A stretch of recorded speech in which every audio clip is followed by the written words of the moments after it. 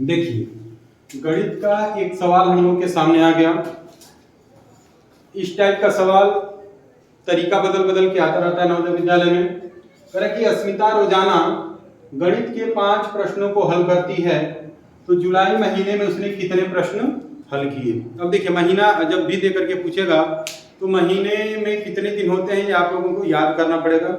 इसके लिए ट्रिक भी है, इस तरीके से हाथ में करके भी देखते हैं हम लोग, और एक ट्रिक है उसको भी आप लोग याद कर लीजिएगा।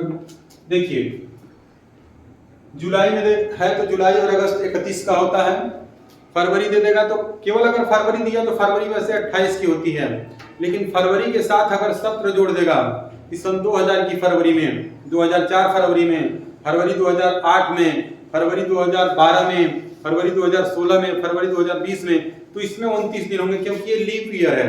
लीप ईयर आप लोगों को पता होगा कि जो वर्ष 4 से पूर्णतः विभाजित हो जाता है वो लीप ईयर होता है, और उसमें फरवरी 29 दिन की होती है।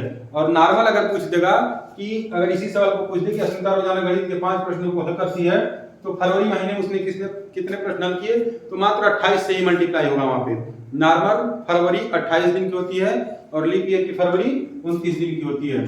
तो एक दिन में कितने प्रश्नों को हल करती है?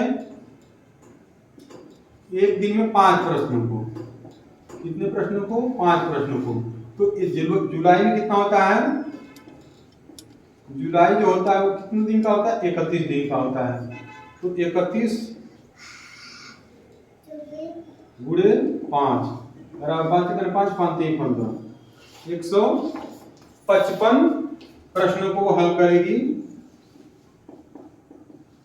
155 प्रश्नों को हल करेगी कब? जुलाई के महीने में। टोटल कितने प्रश्नों को हल करेगी वो? 155 प्रश्नों को हल करेगी, क्योंकि 30 3 5 15 150 हो गया, और एक दिन का जो बढ़ गया 5 प्रश्न, यानी कि 155 प्रश्नों को वो हल करेगी जुलाई के महीने में। तो इस तरीके से आप लोग देख लीजिएगा कि जो है जनवरी 31 की होती है, फरवरी नॉर्मली 28 दिन की होती है, मार्च 31 का होता है, अप्रैल 30 का होता है, मई 31 का होता है, जून 30 का होता है, जुलाई और अगस्त दोनों 31 का होता है, सितंबर 30 का होता है, अक्टूबर 31 का होता है, नवंबर 30 का होता है, फिर दिसंबर 31 का होता है। ये आप लोगों को याद करना पड़ेगा। धन्यवाद।